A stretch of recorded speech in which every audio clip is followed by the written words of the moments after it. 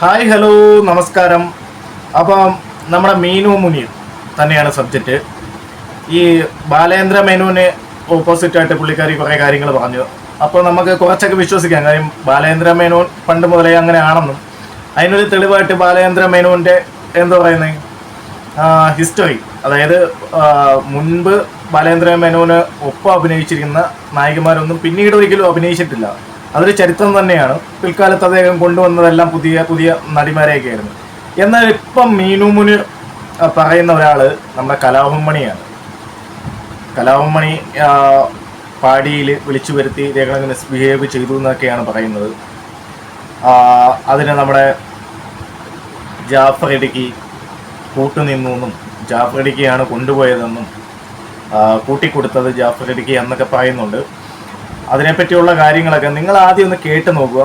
കേട്ടിട്ട് നിങ്ങളുടെ അഭിപ്രായങ്ങൾ നിങ്ങൾ പറയണം. പെട്ടെന്ന് ജാഫർ അവരുടെ കൂടെ പോയി അടിക്കായിരുന്നു. എന്നോട് ചോദിച്ചാൽ നീ അടിക്കുമോ? ഞാൻ പറഞ്ഞാൽ ഇന്നലെ ഡ്രിങ്ക്സ് അടിച്ചിട്ട് എനിക്ക് ഡ്രിങ്ക്സും വേണ്ട. എന്നാൽ നീ അവിടെ മാറിയിരുന്നു. അതിനവിടെ മാറ്റിയിരുത്തി. അപ്പം മണിച്ചേട്ടൻ അവിടെ നേരം ഇല്ല. ഒരു കുറച്ച് കഴിഞ്ഞത്തേക്കും ഒരു 6 മണിക്ക് ആയപ്പോഴത്തേക്കും മണിച്ചേട്ടൻ വന്നിട്ട് എൻ്റെ അടുത്ത് ഇങ്ങനെ ഇരുന്നു. എൻ്റെ പേര് എന്നൊക്കെ ചോദിച്ച് പരിചയപ്പെട്ടു കഴിഞ്ഞിട്ട് പറയുമ്പോൾ നമുക്ക് അകത്തോട്ടിരിക്കാന്ന് പറഞ്ഞു. ഞാൻ പറഞ്ഞില്ല, നമുക്ക് ഇവിടെ സംസാരിച്ച പോലെ നമുക്കൊന്ന് കൂടാനേ ബാ എന്ന് പറഞ്ഞു. ഞാൻ പ്രോഗ്രാമിന് പരിചയപ്പെടേണ്ട വന്ന പ്രോഗ്രാമിന് കൊണ്ടുവന്ന കാര്യത്തിൽ എന്നൊക്കെ പറഞ്ഞു. അപ്പം പരിചയപ്പെടുന്നില്ല, പേഴ്സണായിട്ട് പരിചയപ്പെടുന്നില്ല എന്ന് ചോദിച്ചു. അപ്പം ഇല്ല ശ്രീ, ഞാൻ അങ്ങനെയൊന്നും വിചാരിക്കരുത്, എനിക്ക് അങ്ങനെയൊന്നും സാധിക്കത്തില്ല എന്ന് പറഞ്ഞു. എന്നാൽ ശരി കേട്ടോ എന്ന് പറഞ്ഞു. ശരി എന്നാൽ. അപ്പോൾ പുള്ളിക്കാരൻ്റെ മുഖമൊക്കെ പോയി. എന്നെ പെട്ടെന്ന് ബുള്ളറ്റേൽ പുള്ളി എനിക്ക് റൂട്ട് അറിയത്തില്ലല്ലോ. ഇങ്ങോട്ട് ഇപ്പോൾ ജാഫർ കാണിച്ചു തന്നു. ഇങ്ങോട്ട് ഇപ്പോൾ ഇങ്ങനെ എൻ്റെ മുമ്പിൽ ഇങ്ങനെ കിടക്കടാന്ന് പഠിച്ചു ആ മെയിൻ റോഡിൽ എന്നെ കയറ്റി വിട്ടു. പൊക്കോളാൻ പറഞ്ഞു. ഞാൻ അവിടെ നിന്ന് പോന്നു. അതിനുശേഷം സുധീർ എന്ന സിനിമയിൽ അദ്ദേഹത്തിൻ്റെ ഭാര്യയായിട്ടാണ് എന്നെ ഡയറക്ടർ എടുത്തത്. ഞാൻ അവിടെ പോയി 3 ദിവസം അഭിനയിക്കുകയും ചെയ്തു. ചെയ്തത്തേക്ക് മണിച്ചേട്ടൻ പറഞ്ഞു മിനുവിനെ വേണ്ട, പറഞ്ഞു വിടാൻ പറഞ്ഞു. അങ്ങനെ സോന നായരനെയോ ഗീത വിജയനെ അങ്ങനെ അവരെല്ലാവരും എടുത്തിട്ട് എന്നെ പറഞ്ഞു വിട്ടു. ഞാൻ അതിലൊന്നും ഞാനൊന്നും റിയാക്ട് ചെയ്തില്ല. ഞാനിങ്ങ് പോന്നു.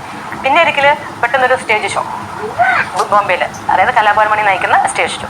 അതിനകത്ത് ഞാൻ ദേവാനന്ദൻ്റെ കൂടെ എന്താണെന്നോടൊന്നും ആ പാട്ടുണ്ടായിരുന്നു. പിന്നെ മണിച്ചേട്ടൻ്റെ കൂടെ സോന അതുണ്ടായിരുന്നു. പിന്നെ എൻ്റെ ഡാൻസ് ഉണ്ടായിരുന്നു. ഞങ്ങൾ അപ്പം എന്തുമാത്രം പ്രാക്ടീസ് ചെയ്തതാണ് നമ്മൾ. അതിനൊക്കെ വേണ്ടി ഞാൻ അവിടെ പോയി. അവിടെ ചെന്ന് കഴിഞ്ഞേക്കും മണിച്ചേട്ടനെ കണ്ടിട്ട് പറഞ്ഞു. ആദ്യമേ തന്നെ ദേവാനന്ദൻ്റെ കൂടെ പാടിയത് ആ പാടിയത് മണിച്ചേട്ടൻ കണ്ടില്ല, അറിഞ്ഞില്ല. അതുകൊണ്ട് ദേവാനന്ദൻ്റെ കൂടെ പാടി. അത് കഴിഞ്ഞിട്ട് ഇറങ്ങി കഴിഞ്ഞപ്പോഴത്തേക്കും പറഞ്ഞു സോന വേണ്ടാന്ന് പറഞ്ഞു. അത് കട്ട് ചെയ്തു. എൻ്റെ ഡാൻസും കട്ട് ചെയ്തു. ഒന്നും ചെയ്യുന്നില്ല. ഞാൻ പറഞ്ഞു എന്ത് പറ്റി? അങ്ങനെ എന്നെ ഇതാക്കി. ഇതൊന്നും സങ്കടം വന്നിട്ടൊന്നും വേല, ഭയങ്കര വിഷമമായി. ഞാൻ എന്നിട്ട് അപ്പം തന്നെ എന്താ ഇരട്ടി കാശ് ഫ്ലൈറ്റിന് കൊടുത്തു. എൻ്റെ സ്വന്തം പൈസ എടുത്ത്. ഇതുമായിട്ട് ബന്ധപ്പെട്ട് നമ്മുടെ മീനു മുനീറിനെതിരെ ഒരുപാട് പേര് രംഗത്ത് വന്നിട്ടുണ്ട്. മണിച്ചേട്ടനെ ഇങ്ങനെയൊക്കെ പറയുന്നതൊക്കെ കേട്ടപ്പം ഇത് മാത്രമല്ല, മണിച്ചേട്ടൻ പിന്നീട് വിളിച്ചു മാപ്പ് പറഞ്ഞു എന്നുള്ള അർത്ഥത്തിലൊക്കെ മീനു മുനീർ സംസാരിക്കുന്നുണ്ടായിരുന്നു. അതും നമുക്കൊന്ന് കേട്ടു പോകാം. എന്നിട്ട് നമുക്ക് അവസാനം നമ്മുടെ അഭിപ്രായം പറയാം. ഞാൻ നാട്ടിലോട്ട് തിരിച്ചു പോന്നു. പിന്നീട് കാണുന്ന പുള്ളിക്കാരനെ കാണുന്ന ഇലഞ്ഞിക്കാവ് എന്ന PO സിനിമയിലെ പുള്ളിക്കാരനുണ്ട്. അന്ന് ഞാൻ എൻ്റെ പുള്ളി വന്ന് റൂമിൽ കെട്ടി. അപ്പോഴത്തേക്ക് എനിക്ക് സങ്കടമൊക്കെ ഉണ്ട്, നല്ല സങ്കടം. ഒരുപാട് ബ്ലാഗൊക്കെ ചെയ്തതാണ് ഞാൻ. അപ്പോൾ പുള്ളിക്കാരൻ കയറി വന്ന ഉടനെ അങ്ങ് പൊട്ടി കരച്ചിൽ, ഭയങ്കര കരച്ചിൽ. എൻ്റെ ഞാനിങ്ങനെ പുള്ളി ഇവിടെ ഇരുന്നിട്ട് എൻ്റെ കാലെടുത്ത് പുള്ളിയുടെ മടിയിലോട്ട് വെച്ചിട്ട് ഇങ്ങനെ പിടിച്ചേക്കുക. ഞാനൊരിക്കലും അങ്ങനെ ചെയ്യാൻ പാടില്ലായിരുന്നു. ഇപ്പം ഞാൻ വിചാരിച്ചു ആക്ടേഴ്സ് അല്ലേ, എനിക്ക് അഭിനയിച്ച് കരയുന്നതാണെന്ന് ഞാൻ ശരിക്കും ഇങ്ങനെ നോക്കിയപ്പോൾ കുടുകുടാന്ന് കണ്ണുനീര് വരുന്നു. ഞാൻ പറഞ്ഞില്ല മണിച്ചേട്ടൻ എൻ്റെ കാലേന്ന് ക്ഷമിച്ച് കാലിന്ന് വിട്, ഞാൻ അൺകംഫർട്ടബിളായി, എപ്പോൾ വേണമെങ്കിലും വീഴാം. ആ പുള്ളി പറഞ്ഞില്ല, ഞാനതൊരിക്കലും ചെയ്യാൻ പാടില്ലായിരുന്നു. അയ്യോ ഞാൻ എന്തോ ചെയ്തതിന്. ഞാൻ കുറേ കരഞ്ഞ് പറഞ്ഞു. പുള്ളിക്കാരൻ നല്ല ഡ്രിങ്ക്സ് പഠിച്ചിട്ടുണ്ടായിരുന്നു കേട്ടോ. അത് കഴിഞ്ഞിട്ട് പിന്നെ ഞാൻ പറയുന്നത് ഒന്ന് നിർത്താവോ, കരച്ചിലൊന്ന് നിർത്ത് പ്ലീസ് പറഞ്ഞപ്പോൾ പരസ്യം നിർത്തി. എന്നിട്ട് പറഞ്ഞു ഇല്ല എന്നോട് ക്ഷമിച്ചോ? ഞാൻ പറഞ്ഞു ക്ഷമിച്ചു എന്ന് പറഞ്ഞു.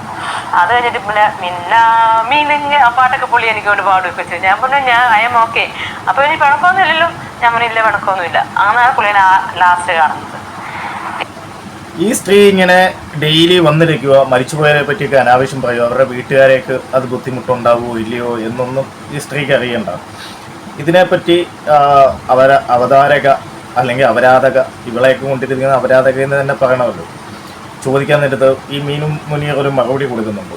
അതും കൂടെ നമുക്കൊന്ന് കേട്ടുപോകാം, എന്നിട്ട് ആൻസർ പറയാം. ലാസ്റ്റ് കാണുന്നത് ഇപ്പോൾ ഇങ്ങനെ ഒരു ആരോപണം ഉന്നയിക്കുമ്പോൾ അദ്ദേഹത്തിന് ഭാര്യയും മകളുണ്ട്, അവർക്കത് വിഷമാകും എന്നുള്ളൊരു ചിന്തയിൽ അങ്ങനെ ഒരു ചിന്തയുണ്ട്. അല്ല, പുള്ളിക്കാരൻ ഒരുപാട് കേസുകളും അതൊക്കെ അവർക്ക് അറിയാമെന്ന് കാണുമായിരിക്കും. ഓൾറെഡി പുള്ളി ഒത്തിരി കേസുകളുണ്ടല്ലോ.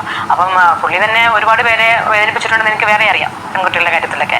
മണിച്ചേട്ടനെ വെറും പെണ്ണുപിടിയനാക്കി അവതരിപ്പിക്കുന്ന, ശരിക്കും പറഞ്ഞാൽ ഈ എന്താ പറയുന്നത് മാഫിയകളുടെ തന്ത്രം കൃത്യമായിട്ട് എന്താ പറയുന്നത് മണിച്ചേട്ടനെതിരെ എടുത്തിരിക്കുകയാണ്. പൊതുസമൂഹം ഇനി ഇവർ പറയുന്നതിൽ എത്രത്തോളം വിശ്വസിക്കുമെന്ന് എനിക്കറിയുന്നില്ല. കാര്യം മണിച്ചേട്ടൻ്റെ ക്യാരക്ടർ ബേസ് പോലും കൃത്യമായിട്ട് അനലൈസ് ചെയ്താണ്, കൃത്യമായി പ്ലാൻ ചെയ്താണ് ഈ കാര്യങ്ങളൊക്കെ പറയുന്നത്. കാര്യം മണിച്ചേട്ടൻ ആരോടെങ്കിലും ഒരു തെറ്റ് ചെയ്തിട്ടുണ്ടെങ്കിൽ മാപ്പ് പറയുന്ന ഒരാളാണ്. അത് ഇപ്പോഴല്ല, പിന്നായാലും. പിന്നെ കുടിച്ചിട്ടല്ല പുള്ളി ഒരിക്കലും മാപ്പ് പറയുന്നത്. എല്ലാവരും കുടിച്ചാലാണ് മാപ്പൊക്കെ പറയുന്നത്. പക്ഷെ മണിച്ചേട്ടൻ അങ്ങനെയല്ല. മണിച്ചേട്ടൻ നോർമലായിട്ട് നിൽക്കുമ്പം അല്ലാത്തപ്പം പറ്റിയ തെറ്റിന് മാപ്പ് പറയാറുണ്ട്. അത് മണിച്ചേട്ടനെ അറിയാവുന്നവർക്ക് അറിയാം. ഇവിടെ പാടി എന്ന് പറയുന്ന ഇത് മണിച്ചേട്ടൻ അവിടെ കള്ളൊക്കെ കുടിക്കും, പക്ഷെ ഒരിക്കലും പെണ്ണ് പിടിക്കില്ല. അത് ഈ പറയുന്ന മണിച്ചേട്ടൻ്റെ നാട്ടുകാർക്ക് എല്ലാവർക്കും കൃത്യമായിട്ട് അറിയാവുന്ന ഇതാണ്. ഈ ചാലക്കുടിയിലെ പാടി എന്ന് പറയുന്നത് മണിച്ചേട്ടൻ എന്താ പറയുന്നത്, അദ്ദേഹത്തിൻ്റെ കലാപരമായിട്ട് ഉള്ള കാര്യങ്ങൾ അവിടെ പാട്ടൊക്കെ പാടും. ഈ പറയുന്ന പെണ്ണ് വിഷയവും മറ്റൊന്നും ഇതുവരെ ആരും ആരോപിച്ചിട്ടില്ല. എന്തുകൊണ്ടാണെന്ന് അറിയത്തില്ല. മീനു മുനീർ പിന്നെ നല്ല വ്യക്തിയൊന്നുമില്ല. ഇവിടെ കുറച്ച് സ്ക്രീൻഷോട്ട് വെക്കാം. ഇദ്ദേഹം പണ്ട് സുരേഷ് ഗോപിക്കെതിരെ വരെ ആരോപണങ്ങൾ ഉന്നയിച്ചിട്ടുള്ള അടിസ്ഥാനരഹിതമാണെന്ന് കണ്ടുപിടിച്ചിട്ടുള്ള കേസുകളുണ്ട്. അതുമാത്രമല്ല, ഒരു ഫ്ലാറ്റിൽ കയറിയിട്ട് ഞാൻ ആക്രമിച്ചു എന്നൊക്കെ ആക്രമിച്ചിട്ട് ഇവർ തന്നെ കള്ളക്കേസ് കൊണ്ട് കൊടുക്കുമായിരുന്നു. അപ്പോൾ ഇതിനെപ്പറ്റി നിങ്ങളുടെ അഭിപ്രായങ്ങൾ നിങ്ങൾ കമൻറ്റ് ബോക്സിൽ രേഖപ്പെടണം. Thank you all. Thank you for watching. By.